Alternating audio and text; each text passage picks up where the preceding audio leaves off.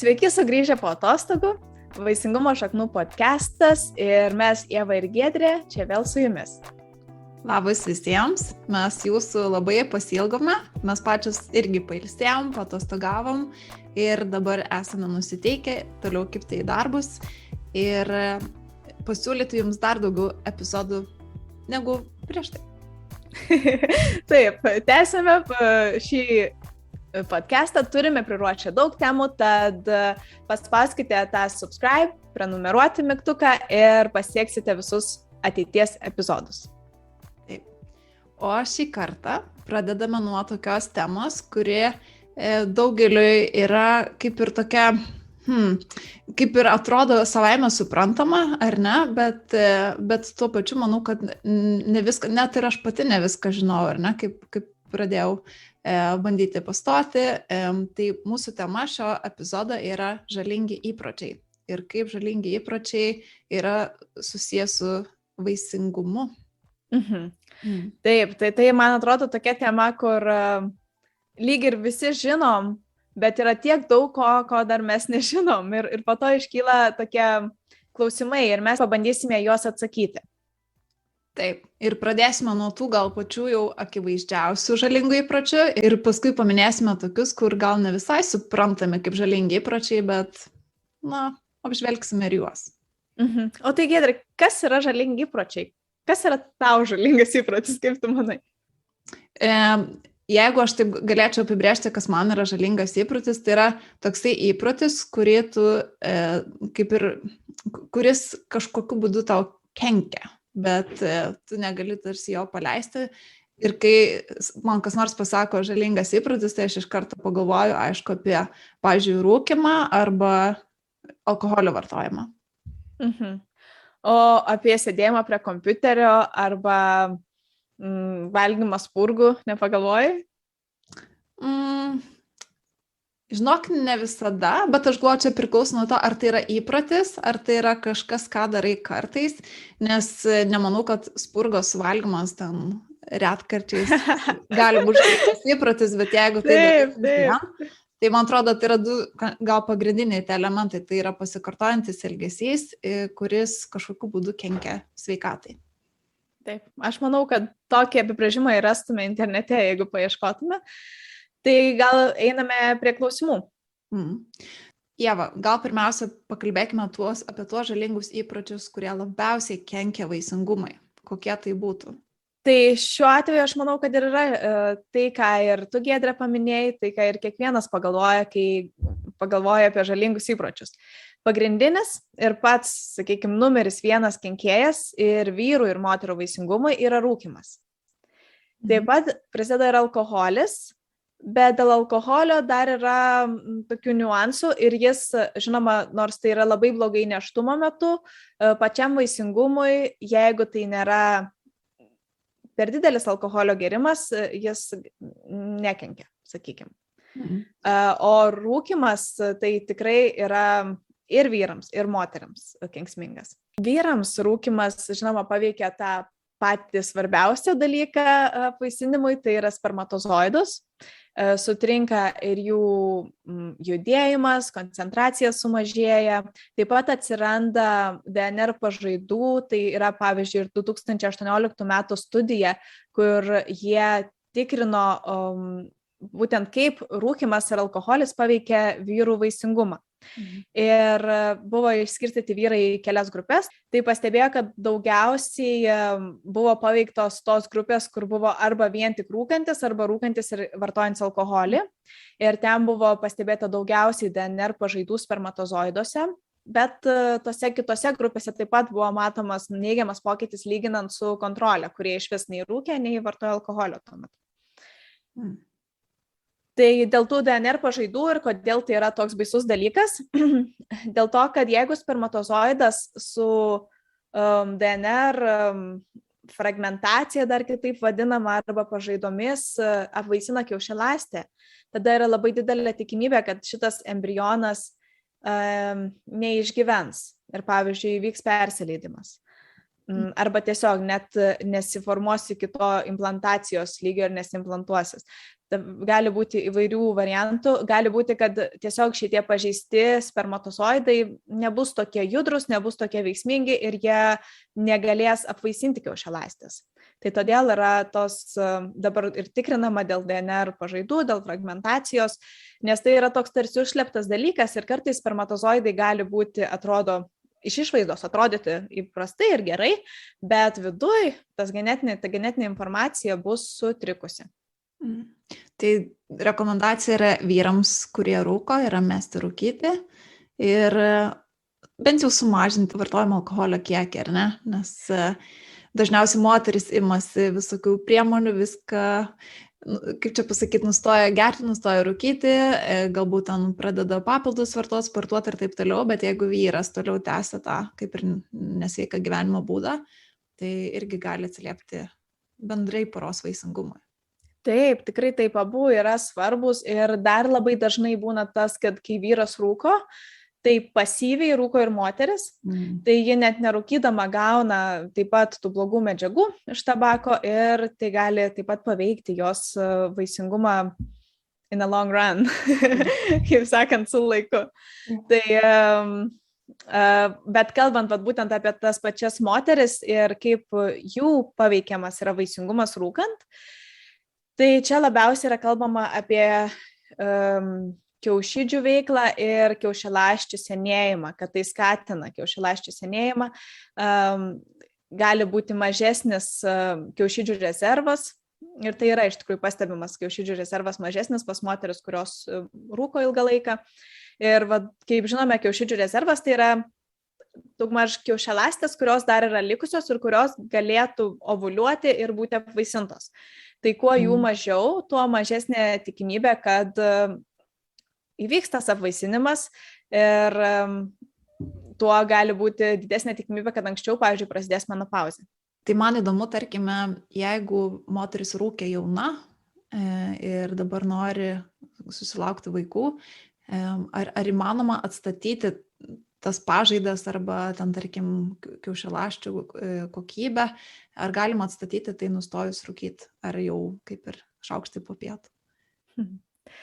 Tai su rūkymu, kaip ir su daugeliu iš tikrųjų dalykų ir su tai žalingais įpročiais yra taip, kad dėl vieno karto arba dėl trumpo laikotarpio kaip ir nieko neatsitiks, bet jeigu tai buvo daroma ilgą laiką, tai tada kaupėsi tie visi tos blogos medžiagos, kaupėsi, sakykime, kaupėsi tos pažaidos, visokie tie sutrikimai didėja ir tada jau gali būti sunkiau ir atstatyti viską. O su moterimis yra toks biški liūdnas dalykas, kad tos kiaušialąstės jos negali būti atstatytos. Kaip mes žinome, kad kiekvieną iš tikrųjų mėnesį ir nuo pat iščių mes vis prarandame kiaušialąsčių. Ir iki pat po to, kai ateina menopauzė. Tai visą laiką mes praradinėjame. O kuo daugiau yra, sakykime, rūkoma, tai tuo daugiau jų gali būti prarandama. Tai jau tos, kurios prarastos, jų nebeatstatysi. Bet yra pastebėta, kad metus rūkyti bent jau daugmaž pagerėja tie bendrieji vaisingumo rodikliai ir yra didesnė tikimybė pastoti. Tai ir kuo ilgiau yra mesta rūkyti, ta prasme nuo metimo iki bandymo pastoti, tai tuo geresni šansai yra pastoti. Tai geros naujienos. Tas tai tikrai gerai ir tas pats yra su vyrais iš tikrųjų, tai jeigu vyrai meta rūkyti, taip pat pagerėja jų spermos kokybė, vyram žinoma, kaip dažnai vaisingumo srityje truputį viskas lengviau, tai vyram užtenka, pavyzdžiui, 3 mėnesius jau nerūkyti ir jau spermos kokybės sveikatos rodikliai bus žymiai geresni. Ar yra kažkokių tyrimų rodančių, kaip yra vaisingumo susijęs, jeigu mama rūko būdama nėščia? Taip, rūkant nėštumo metu yra labai didelė rizika vaisiui, nes vaisius gauna viską, ką mama į save ima. Taip, tai jeigu jį rūko, tai vaisius, sakykime, to pačiu rūko. Taip pat, žinoma, yra didesnė tikimybė persileidimui, jeigu kad vaikas gimtų mažo svorio, ir taip pat tai gali atsiliepti paties vaiko sveikatai ateityje. Tai yra pastebėta, kad pavyzdžiui vyrų, kurių motinos rūkė bent pusę pakelio per dieną, jie turi mažesnę spermatozoidų koncentraciją. Ir taip pat tai gali sutrikdyti mergaičių kiaušidžių vystymą jau įsčiose. Ir tada, kaip ir minėjau, viskas ir susiformuoja, kai dar esame mamos įsčiose. Tai kuo blogiau, sakykime, viskas ten susiformuoja, kuo mažiau mes turime pradžioje, tai tuo mažiau ir turėsim likusį gyvenimą. Tai tikrai turi poveikį ir tikrai yra rekomenduojama mesti kaip įmanoma anksčiau. Bendrai dėl sveikatos tai gali būti susiję vaikui ateityje su tam tikromis lygomis, kaip pavyzdžiui diabetu ar astma. Ir taip pat mažas tas gimimo svoris, kaip kad minėjau, gali lemti nutukimą ateityje. Tai yra irgi tie visi dalykai yra pagristi. Čia ne tik dėl rūkymo, sakykime, jie gali vykti, bet kalbant apie rūkymą, tai taip pat aktualu. Pagalvojau, kad iš tikrųjų tai yra informacija, kurios niekas mums nedavė mokykloje, tarkim. Visą laiką tik tai gąsdino, kaip čia rūkymas yra blogai, bet be tų konkrečių faktų, kaip tai iš tikrųjų yra blogai ir kad ne tik mūsų sveikatai čia ir dabar kenkia ir po daugelių metų kenkia, bet ir ateinančioms kartoms, ar ne? Ypač kai eina kalba apie moteris.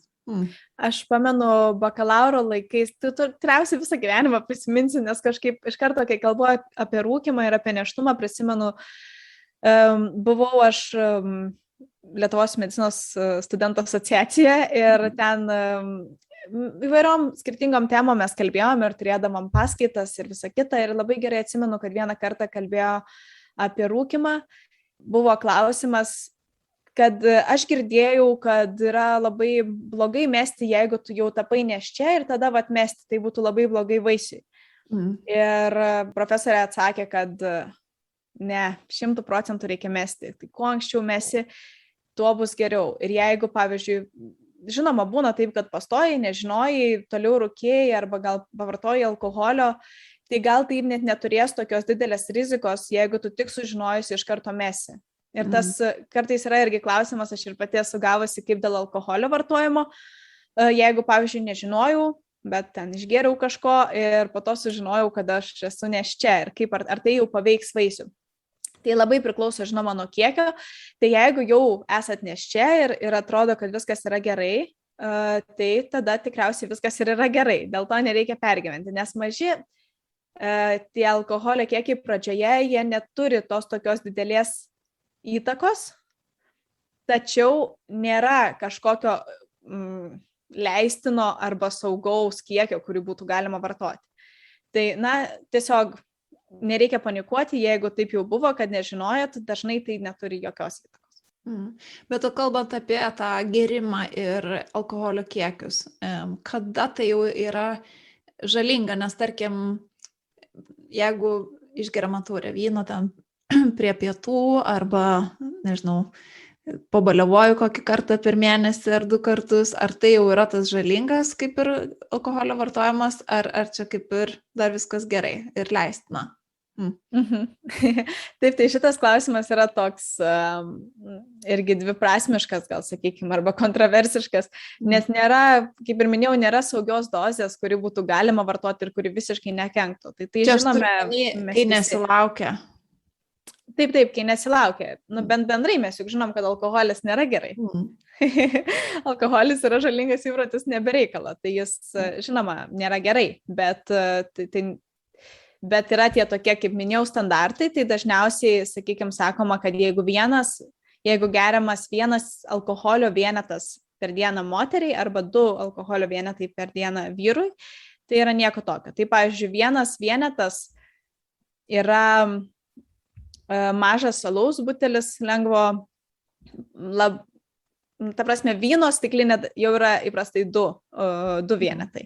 Tai jau nebent labai minimali vyno stiklinė. Arba ten iš tikrųjų priskaičiuoja kaip ir maža čerkelė kažkokia tai stipresnio gėrimo.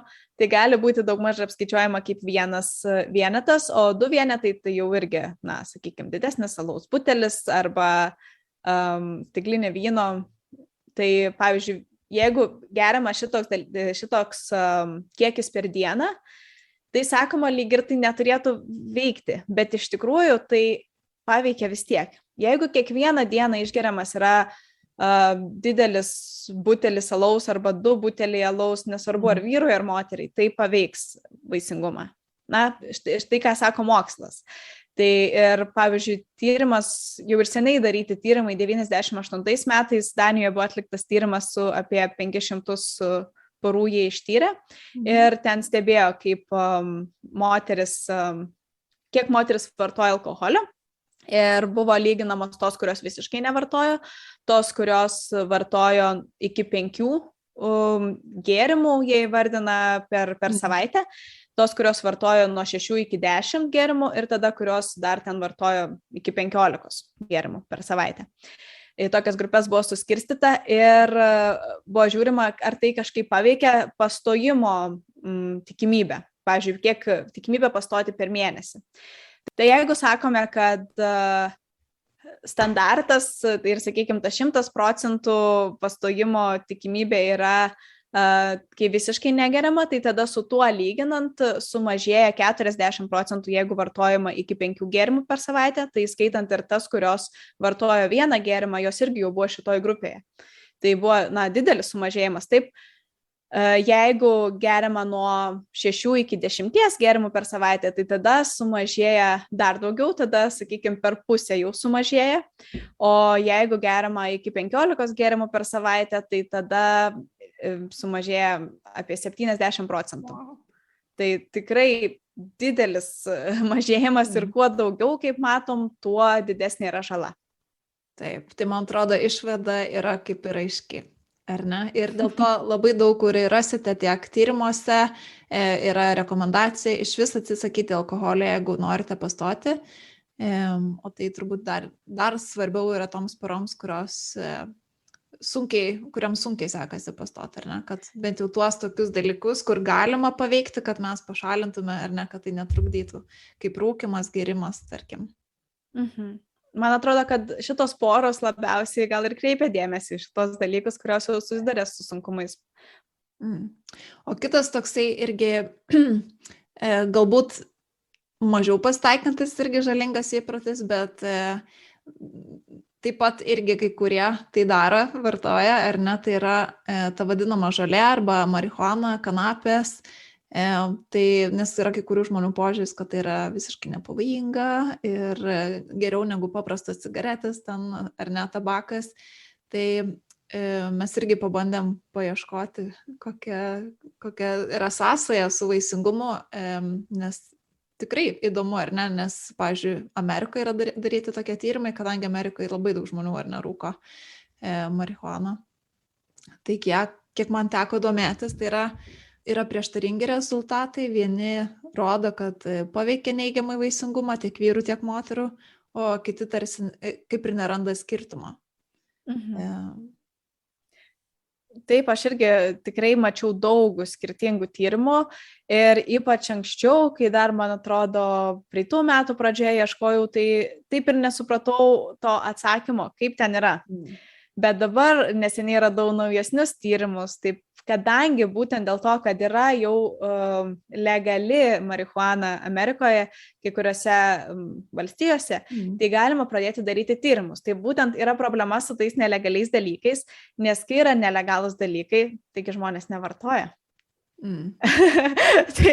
Tai tada būna labai sunku, negalima daryti tyrimų, taigi niekas nepasisakys, pavyzdžiui, Lietuvoje, kad jie rūko ten marihuaną, kai gali iki gyvos galvos sėdėti kalėjime. Tai tiesiog tada mes ir prarandame tą visą reguliavimą ir mes nežinome, ar tai yra gerai ar blogai. Ir tada jau ką girdi, kokias pasakas, tomis turi ir tikėti.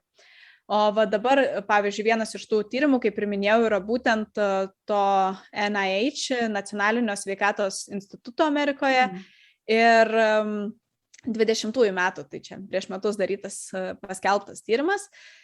Jie būtent tyrė poras ir moteris, kurios bando pastoti po 1 arba 2 persileidimų. Čia jos buvo didesnės grupės tokios, bet tada jie tyrė ir tas būtent žiūrint iš tos pusės apie kanapių vartojimą.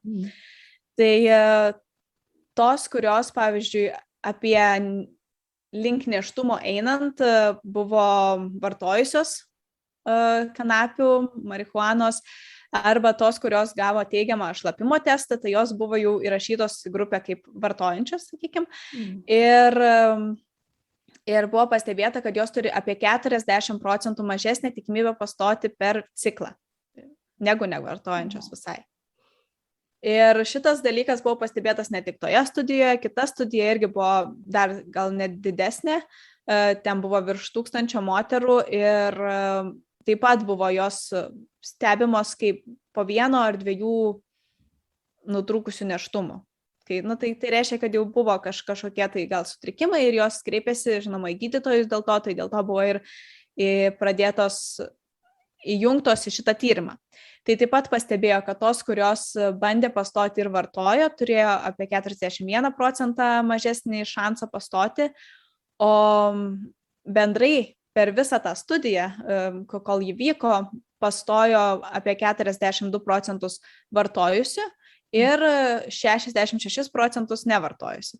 Tai galima matyti ir pagal skaičius, kad tos, kurios nevartoja, lengviau pastoja, atrodo, negu tos, kurios būtent rūko žolę.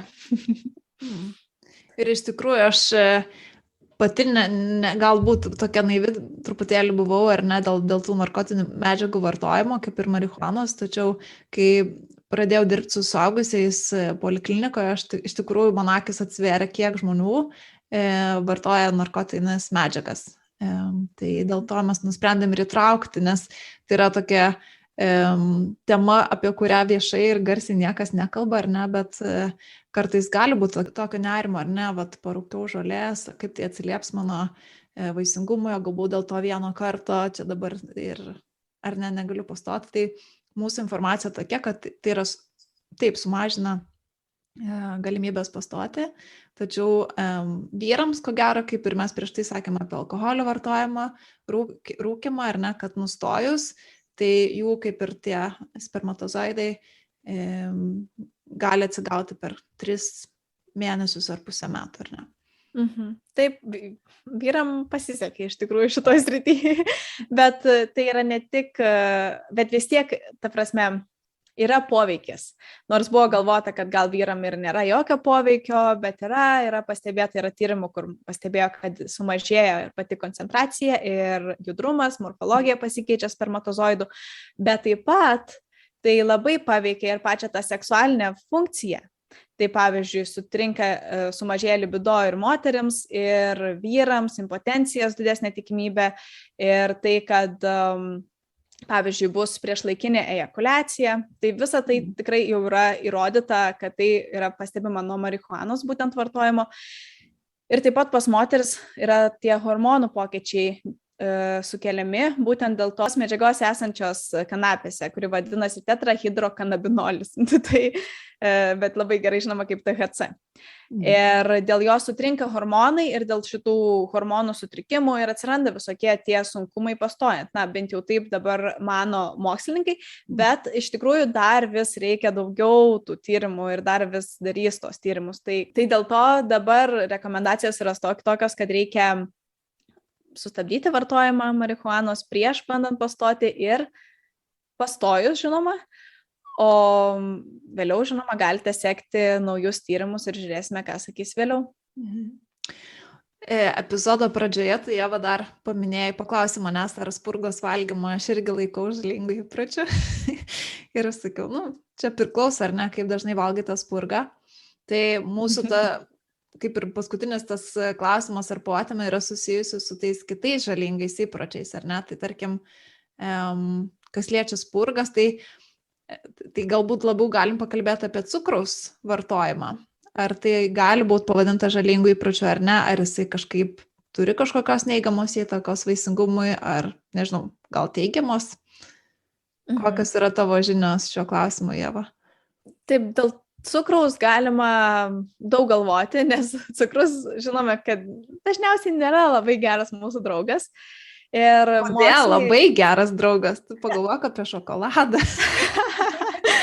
Taip, Taip, asmeniškai, tai aš irgi jį mėgstu, bet kas yra sakoma iš mokslinės pusės, iš sveikatos pusės, kad kuo mažiau cukraus vartoti ir visi tie dalykai, tai, mokslinė literatūra iš tikrųjų rašo, kad tas pridėtinio cukraus vartojimas, kaip žinom, pridėtinis cukrus beveik yra visose sausainiuose, kuriuos perkam ir visose tose produktuose.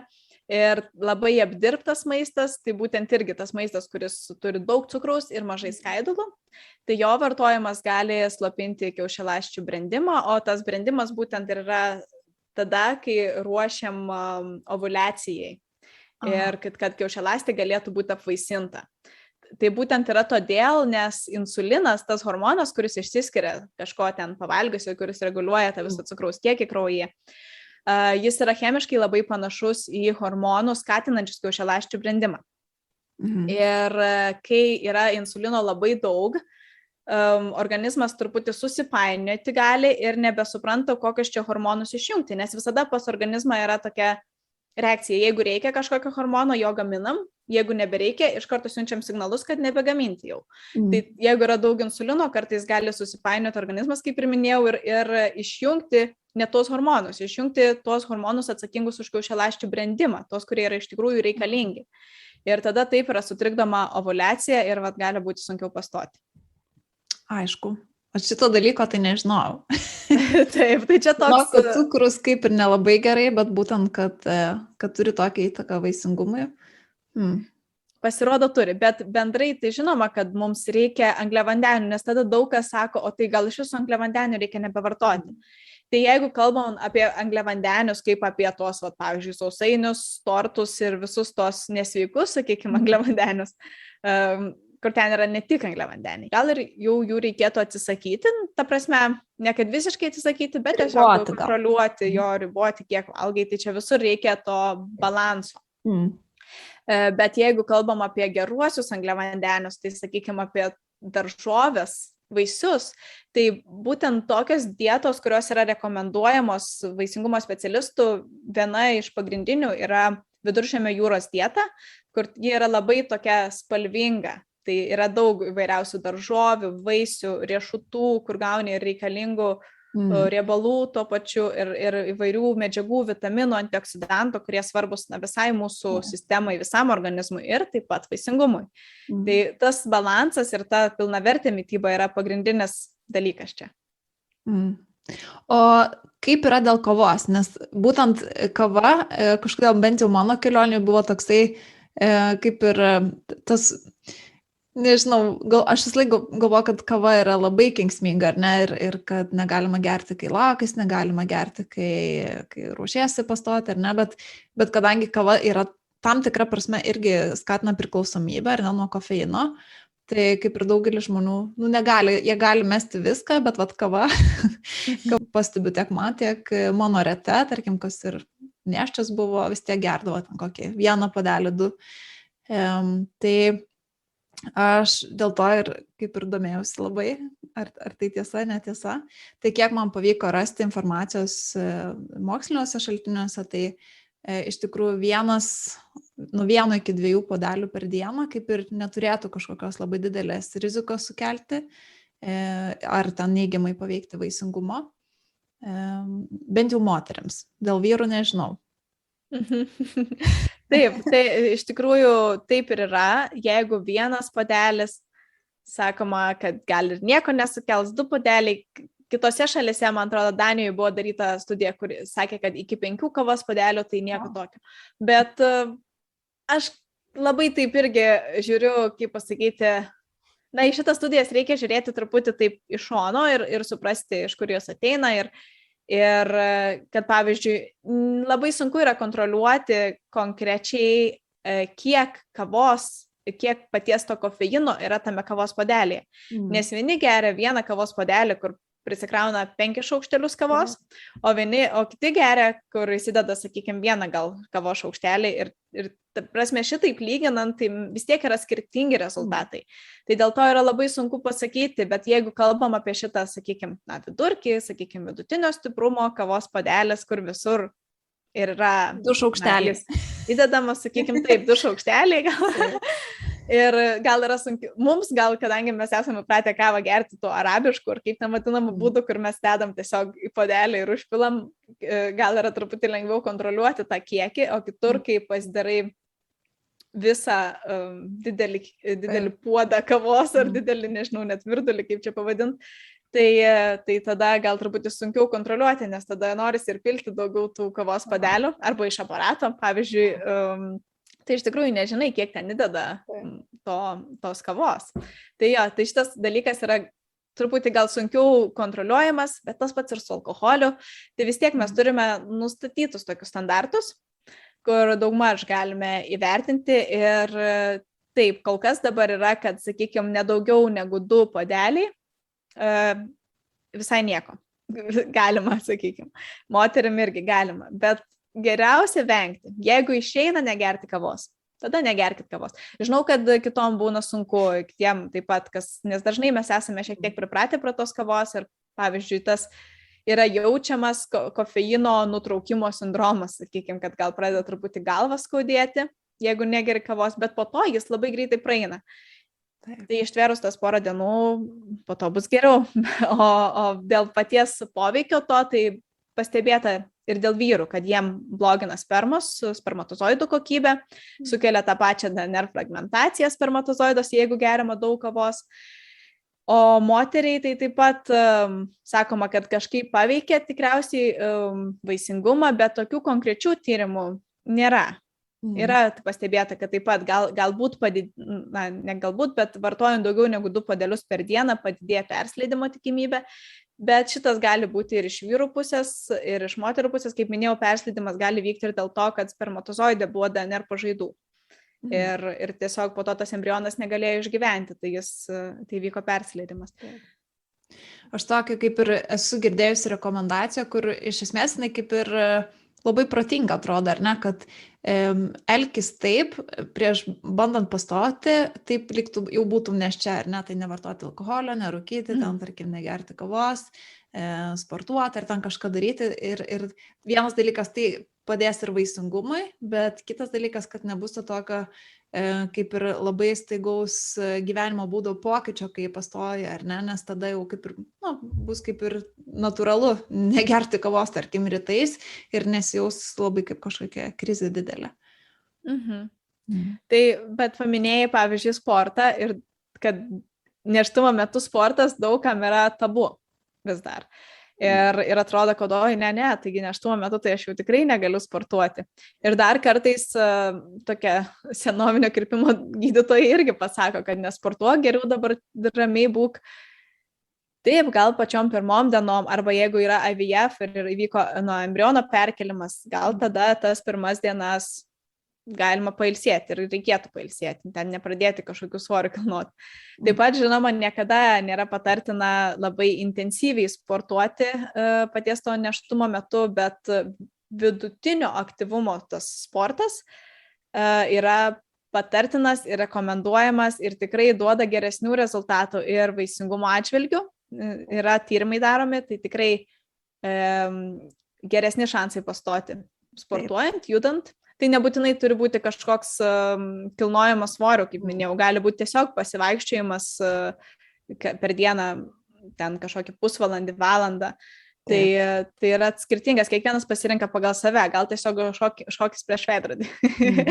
Bet apie tai mes kalbame net keliose įrašuose ir čia pridėta bus įrašas kažkur šone, galite pasižiūrėti būtent apie sportą, bandant pastoti ir nėštumo metu. Taip, nes jau tuos metus mes kaip ir su Gerda, ar ne, išsklaidame. Gerda pas mus svečiavosi net 2 epizoduose, tai tikrai nemačiusiems kviečiam labai pasižiūrėti. Na, o dar kas yra susijęs su sportu, arba tiksliau kaip ir fiziniu aktyvumu, tai kartais, kai to fizinio aktyvumo yra per mažai, o galbūt tų spurgų yra per daug, ar ne, tai kad kai kurie žmonės iš tikrųjų kovoja su antsvoriu. Tai gali būti ir dėl įvairių ligų ir taip toliau, bet vėlgi tiesiog norim paminėti, kad irgi antsvoris yra tiek vyrams, tiek moterims yra taip pat neigiamai veikia vaisingumą jau. Ir kai kurios, tarkim, IVF klinikos, nežinau, ar tai yra Lietuvoje, bet man teko girdėti bent jau, kad užsienio šalise tai turi moteris, tarkim, netgi numesti svorį, jeigu turi antsvorio, nes kitaip jie net nepradeda kaip ir IVF gydymą. Čia gal pats tas antsvoris dar tiek daug ir neturi, bet kai jau kalbam apie nutukimą, kas yra, sakoma, yra virš 30 kmi, kai yra, tai tada yra pastebėti, kad sutrinka hormonai, pavyzdžiui, moterims ir gali būti dėl to, pavyzdžiui, ovuliacija tada nevyksta ir automatiškai tada sunkiau pastoti. Taip pat gali būti ir vyrams su spermatozoidų kokybė tas pats. Bet tas pats yra ir kai yra per mažas svoris. Tai kai yra KMI mažiau negu 19, jau gali būti pastebima irgi kažkokie tai sutrikimai cikle. Tai dažnai gali būti matoma ir iš nereguliarių mėnesinių. Tai jeigu nereguliarios mėnesinės, tai dažnai reiškia, kad ovuliacija nevyksta pastoviai kiekvieną mėnesį, ta prasme, tuo pačiu metu, sakykime. Tai nėra to reguliarumo, tai gali iš tikrųjų lemti sunkumus pastojant, bet kokiu atveju. Ir svarbiausia išsilaikyti tose ribose, kaip sakant, bet žinome, kad visada yra visokių situacijų, gali būti kažkokios tai ligos, kurios tiesiog trukdo ir numesti svorio. Pavyzdžiui, policistinių kiaušidžių sindromas yra viena iš tų ligų, kurie lemia kaip ir nutukimą ir ovuliacijos sutrikimus ir iš tikrųjų labai užjaučiu tas moteris, kurios turi per tai pereiti, nes tikrai esu sutikusi tokių, kur dėja joms kaip ir neskiria nemokamo to IVF bandymo būtent dėl to, kad jos negali numesti svorio. Tai labai, man atrodo, neteisinga, nes, žinoma, tai joms yra sunku ir tas pats dabar labai kalbama, kad būtent dėl policistinių kiaušidžių dažnai sako, pagrindinis gydymas yra numesk svorio, bet iš tikrųjų tai ne tai yra svarbiausia. Tai, žinoma, subalansuoti mitybą, judėti, bet ne tas svorio numetimas, o būtent gal tie pokyčiai, jeigu jau sveikiau maitinsies, jau iš karto yra pastebėta, jeigu gausi, ne kad gal nebūtinai sakykim sveikiau, bet pilnavertiškai, kad gautum viską, ką reikia, visas tas medžiagas, tai tada jau yra pastebimi pokyčiai ir kad pagerėja šansai vaisingumo stojimo. Na gal tuo šį epizodą ir užbaigsime. Tikiuosi, kad jums pavyko sužinoti kažko naujo. Apibendrinant galim pasakyti turbūt tiek, kas liečia vaisingumą. Tai vaisingumo didžiausi priešai yra rūkymas, alkoholio vartojimas, narkotinių medžiagų vartojimas, taip pat nejautrumas ir kas dar? Cukrus. Bet gali būti ir miego trūkumas. Nepamirškite išsimiegoti. Labai svarbu leisti savo pakankamai valandų išsimiegoti, kad gauti gerą miego kokybę, nes nemiga taip pat yra susijusi su sunkumais pastoti. Tai va. Tai ačiū visiems klaususiems ir žiūrėjusiems ir iki kitų pasimatymų. Ačiū ir iki.